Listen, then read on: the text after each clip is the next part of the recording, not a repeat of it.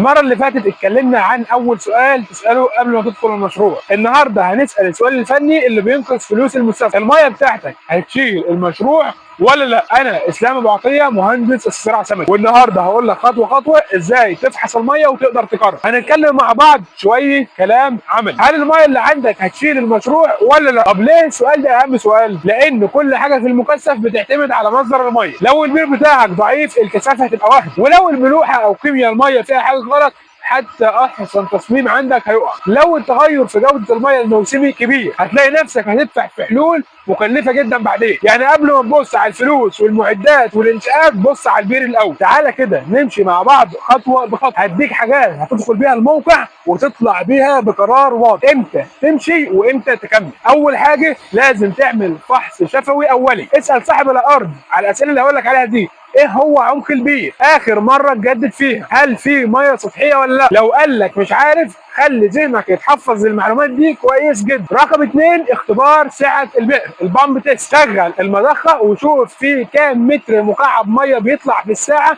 بشكل فعلي، واستنى من ساعتين ل3 ساعات وشوف هل في نزول في المعدل ولا مفيش نزول في المعدل. لازم تعرف كويس جدا سعه الضخ المستمر مش الاندفاعي الاولي. رقم 3 اختبار السحب، الدرو داون، واعاده التعبئه اللي هي الريكفر. لازم تعمل عمليه قياس لمستوى الميه قبل وبعد التشغيل، وبعد ما توقف البير لازم تشوف البير بيرجع في فتره قد ايه. لو بيرجع ببطء شديد ممكن يكون البير ده مش مفيد في الاستزراع السمكي المكثف. رقم 4 خد عينه من الحوض عندك وروح بيها المعمل واطلب تحليل كامل للميه. قائمه المعايير هنتكلم عنها دلوقتي. رقم 5 استعلم عن موسميه البير عندك. اسال عن فصل الصيف والشتاء. هل في فرق عندك في مستوى الميه بين الصيف والشتاء؟ لو في فرق كبير اعرف التكلفه هتكون كام، عشان لو هتحتاج معالجه او احلال ميه بديله في مواسم الحر. المعمل اللي هتعمل فيه التحليل لازم يديك تقرير كامل. عايزك تطلب بالاسم الحاجات اللي هقول لك عليها دلوقتي. اول حاجه السالينيتي والتي دي اس. الدي او تقدر تعرفه وانت موجود في المزرعه. الامونيا والنتريت والنترات، القلويه والصلابه، والحديد والمنجنيز واي مركبات كبريتيه. ولو تقدر تعمل تحليل للبي او دي والسي او دي يبقى كويس جدا. ولو المشروع بتاعك حساس للعدوى تقدر تعمل تحليل بكتيريا بس. لو المعمل اداك قيمه خارجه لازم تحسب تكلفه المعالجه قبل ما تبدا. هديك مثال عملي بسيط عشان تحسب احتياج الميه بشكل يومي. هنفترض الحوض بتاعك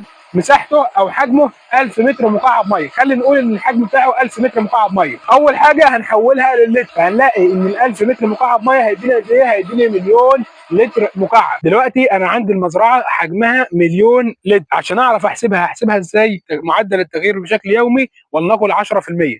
يبقى انا عندي دلوقتي كميه الميه اللي هحتاجها بشكل يومي قد ايه؟ 100000 لتر. ده كده بشكل يومي.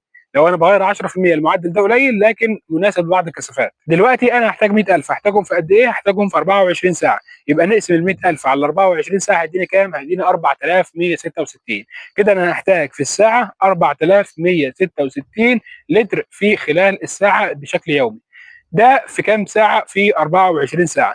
يبقى لو البير عندي بيطلع اقل من القيمه دي يبقى مش مناسب للمزرعه بتاعتي. لو بيطلع اعلى منها يبقى ده كويس جدا، ولو بيطلع الرقم بالظبط يبقى في شويه خطوره. بعد ما تخلص اختبارات البير والمعمل تقعد مع نفسك كده وتعمل حسابات. هتبقى قدام 3 اختيارات مفيش غير. اول اختيار انك ممكن تكمل لو البيانات بتاعتك مقبوله، لو البير سعته كافيه والتقييم الكيميائي للميه بتاعته كويس، ابدا وخطط للمزرعه واعمل لها تصميم على اساس الموضوع ده. الاختيار الثاني انك ممكن تحتاج تعمل معالجه للميه. لو المشكله في الحديد او بعض القيم مش متظبطه نقدر نعمل لها عمليه معالجه. احسب تكلفه راس المال والتشغيل لعمليه المعالجه، الموضوع ده مهم جدا. لو هتجيب فلاتر او هتعمل عمليه تبادل ايوني او عمليه احلال لازم تاخد بالك من التكاليف التشغيليه عشان ممكن تاكل منك هامش ربح المشروع. الاختيار الثالث ان الميه مش مناسبه فهتمشي. لو السعه ضعيفه جدا او المعالجه هتكلف اكتر من الربح المتوقع لازم تمشي من المشروع ده. الغلط الكبير هنا اللي الناس بتعمله ان الناس فاكره ان دايما المعالجه هي الحل.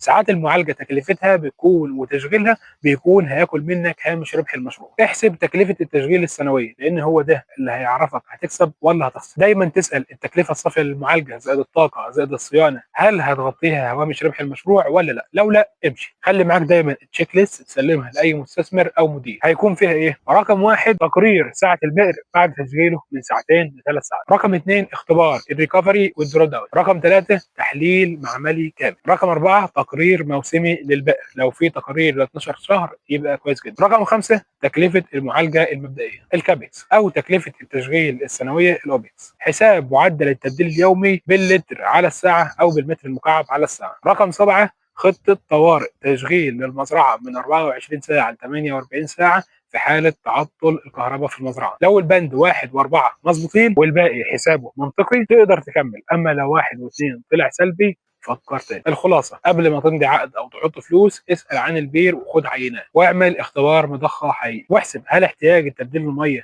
للبير هيوفره وهيشيل المشروع ولا لا.